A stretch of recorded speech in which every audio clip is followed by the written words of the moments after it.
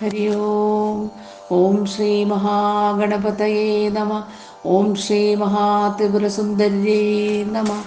ഓം ശ്രീ ഗുരുഭ്യോ നമ. സർവമംഗളമാംഗല്യേ ശിവേ സർവാർത്ഥസാധികേ ശരണ്യേ ത്രയംബകേ ഗൗരി നാരായണീ നമോസ്തുതേ. സൗന്ദര്യലഹരീ കർത്രേ സർവമംഗളദായിനേ ശങ്കരാചാര്യവർയായ യതിരാജായ തേ നമഃ. എല്ലാവർക്കും നമസ്കാരം. ശ്രീ ആദിശങ്കരാചാര്യ രചിതമായ സൗന്ദര്യലഹരി സ്തോത്ര വ്യാഖ്യാന പരമ്പരയിൽ ഇന്ന് 85-ാമത്തെ ശ്ലോകമാണ് കാണുന്നത്. നമോ വാഗം ഭ്രൂമോ നയനരമണീയായ പദയോഃ തവാസ്മൈ ദ്വന്ദ്വായ സ്ഫുടരുചിരസാലക്തകവതേ അസൂയത്യത്യന്തം യദഭിഹനനായ സ്പൃഹയതേ പശൂനാമീശാന പ്രമദവന കങ്കേളിതരവേ. ഹരി ഓം. കഴിഞ്ഞ 84-ാമത്തെ ശ്ലോകത്തിൽ അല്ലയോ ജഗന്മാതാവേ, ഉപനിഷത്തുക്കൾ അവിടുത്തെ യാതൊരു ചരണങ്ങളെ ശിരോഭൂഷണങ്ങളായി വഹിക്കുന്നുവോ ആ ചരണങ്ങളെ ദയയോടുകൂടി എൻ്റെയും ശിരസിൽ വയ്ക്കണമേ. ഈ ചരണങ്ങളുടെ പാദ്യജലം പരമേശ്വരന്റെ ജടയിലിരിക്കുന്ന ഗംഗാനദിയും ലാക്ഷാരസകാന്തി വിഷ്ണുവിന്റെ ചുവന്ന കിരീടത്തിന്റെ കാന്തിയുമാകുന്നു. അല്ലയോ ജഗജ്ജനനി, അവിടുത്തെ പാദങ്ങളെ വേദങ്ങൾ ഉപനിഷദ് രൂപങ്ങളായ തങ്ങളുടെ ശിരസ്സുകളിൽ വഹിച്ചിരിക്കുന്നു. ഉപനിഷത്തുക്കൾ അവിടുത്തെ മഹിമയെ തന്നെ ഘോഷിക്കുന്നു. പരമേശ്വരൻ പ്രണയകോപശാന്തിക്കായി അവിടുത്തെ പാതാരവിന്ദങ്ങളിൽ നമസ്കരിക്കുമ്പോൾ ശിരസിലുള്ള ഗംഗാനദി അവയിൽ പതിച്ച് പാദ്യമായി ഭവിക്കുന്നു. മഹാവിഷ്ണു ദിവസവും സന്ധ്യാകാലങ്ങളിൽ അവിടുത്തെ നമസ്കരിക്കുമ്പോൾ പാദങ്ങളിൽ ലേപനം ചെയ്തിട്ടുള്ള ലാക്ഷാരസകാന്തി അങ്ങനെ വിഷ്ണുവിൻ്റെ കിരീടത്തിൽ പതിക്കുന്നു. ഇവിടെ അമ്മ ശ്രുതി സീമന്ത സിന്ദൂരീകൃത പാദാബ്ജധൂളിക എന്ന് ലളിത സഹസ്രനാമത്തിൽ വർണ്ണിച്ചിരിക്കുന്നു. ഇവിടെ അലങ്കാരം രൂപകം.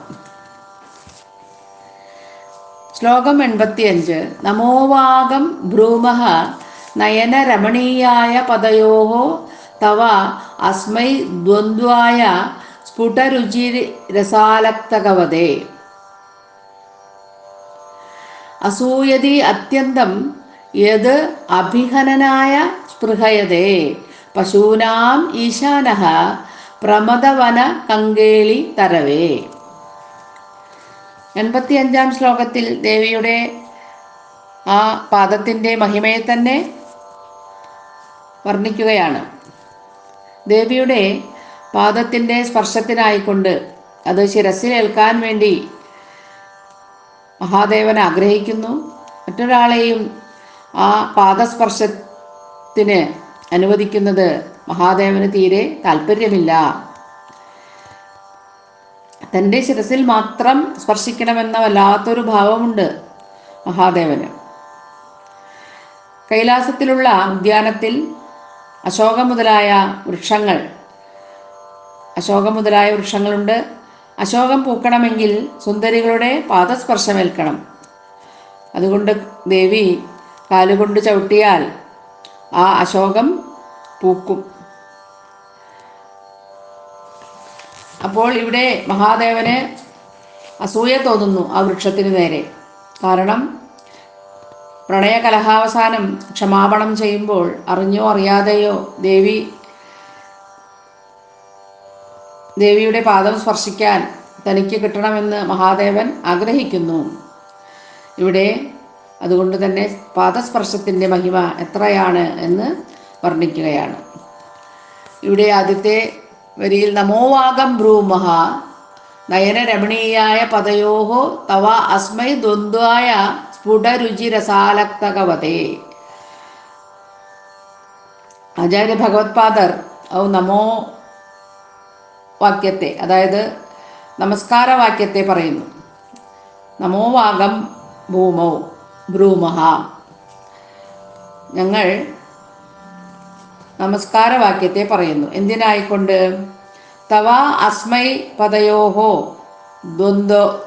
ദ്വന്ദ്വായ, അവിടുത്തെ അമ്മയുടെ ആ പാദദ്വന്ദ്ങ്ങൾ, അതായത് രണ്ട് പാദങ്ങൾ, അവ നയനരമണീയങ്ങളാണ്. നയനരമണീയായ പദയോഹോ, കണ്ണിനെ രമിപ്പിക്കുന്നവയാണ്. ആരു കണ്ടാലും കൊതിക്കുന്ന അതിമനോഹരമായ പാദങ്ങളാണ്. അത് കണ്ടു കഴിഞ്ഞാൽ പിന്നെ ഒന്നിലും രുചി തോന്നുകയില്ല. അങ്ങനെയുള്ള അമ്മയുടെ പാദങ്ങൾക്ക് നമസ്കാരത്തെ പറയുന്നു ഞങ്ങൾ. വേറെ ഒരു വിശേഷണം കൂടി പറയുന്നു. സ്ഫുടരുചി രസാലക്തകവതേ.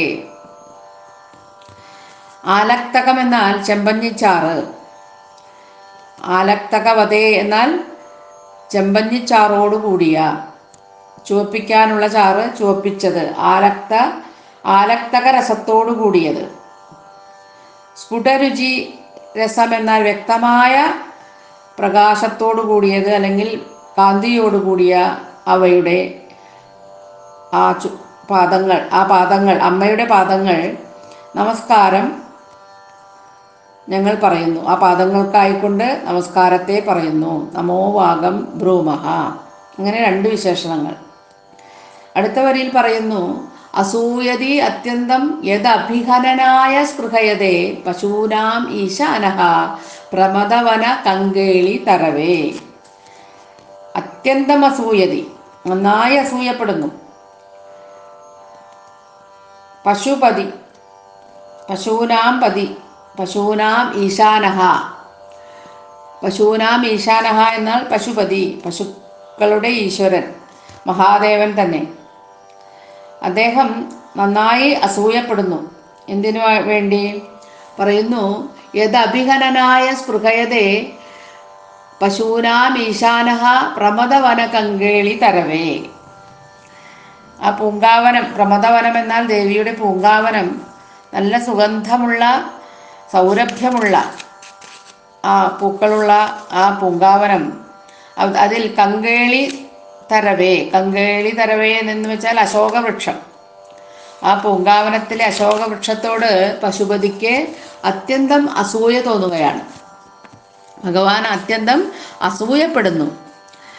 യത് അഭിഹനനായ സ്പൃഹയതേ, യാതൊരു ദേവിയുടെ പാദങ്ങളെ പാദസ്പർശത്തിനു വേണ്ടി കൊതിക്കുന്നു എന്ന് പറയാൻ കാരണം ആ കങ്കേളി, അതായത് അശോക വൃക്ഷങ്ങൾ ദേവിയുടെ പാദസ്പർശമേറ്റിട്ടാണ് പൂക്കുന്നത്. അപ്പോൾ ഭഗവാന് ആ വൃക്ഷത്തോട് അസൂയ തോന്നുന്നു. നീ വെറും ജഡമാണ്, എൻ്റെ പ്രിയതമയായി ദേവി എൻ്റെ അവകാശമാണ് എന്നുള്ള തരത്തിൽ ആ ഒരു ഭാവമാണ് അവിടെ. അപ്പോൾ ദേവിയോടുള്ള തൻ്റെ പ്രേമം കൊണ്ട് ആ പാദസ്പർശത്തിനായി മഹാദേവൻ കൊതിക്കുന്നു. ആ വൃക്ഷത്തിനെ സ്പർശിക്കുന്നത് പോലും അസൂയയെ ജനിപ്പിക്കുന്നു. ജഡമായ വൃക്ഷത്തിനെ സ്പർശിക്കുന്നത് കൊണ്ട് അസൂയ ഉണ്ടാകുന്നു എന്നാൽ അതിൻ്റെ അർത്ഥം ആ ദേവിയുടെ പാദസ്പർശം തനിക്ക് മാത്രം അവകാശപ്പെട്ടതാണ് എന്നുള്ളത് കൊണ്ടാണ്. അപ്പോൾ എത്ര സുന്ദരമായിരിക്കും, എത്ര മാർദ്ദവമുള്ളതായിരിക്കും ദേവിയുടെ പാദം. ആ പാദസ്പർശം തനിക്കു മാത്രമുള്ളതാണ്. അതുകൊണ്ട് മഹാദേവൻ കോപിക്കുന്നു. വൃക്ഷങ്ങൾക്ക് ലഭിക്കുന്നതിൽ ആ സ്പർശം വൃക്ഷങ്ങൾക്ക് ലഭിക്കുന്നതിൽ ഭഗവാൻ അത്യന്തം അസൂയപ്പെടുന്നു എന്നിവിടെ പറയുകയാണ്. യത് അഭിഹനനായ സ്പൃഹയതേ പശൂനാം ഈശാനഃ പ്രമദവന കങ്കേളി തരവേ. അപ്പോൾ ഇവിടെ ആ ദേവിയുടെ പാദസ്പർശത്തിൻ്റെ മഹാത്മ്യമാണ് വർണ്ണിക്കുന്നത്. അതിഗംഭീരമായി ആചാര്യ ഭഗവത്പാദർ അതിനെ വർണ്ണിച്ചിരിക്കുന്നു. ഓം ശ്രീ മഹാത്രിപുരസുന്ദര്यै നമഃ.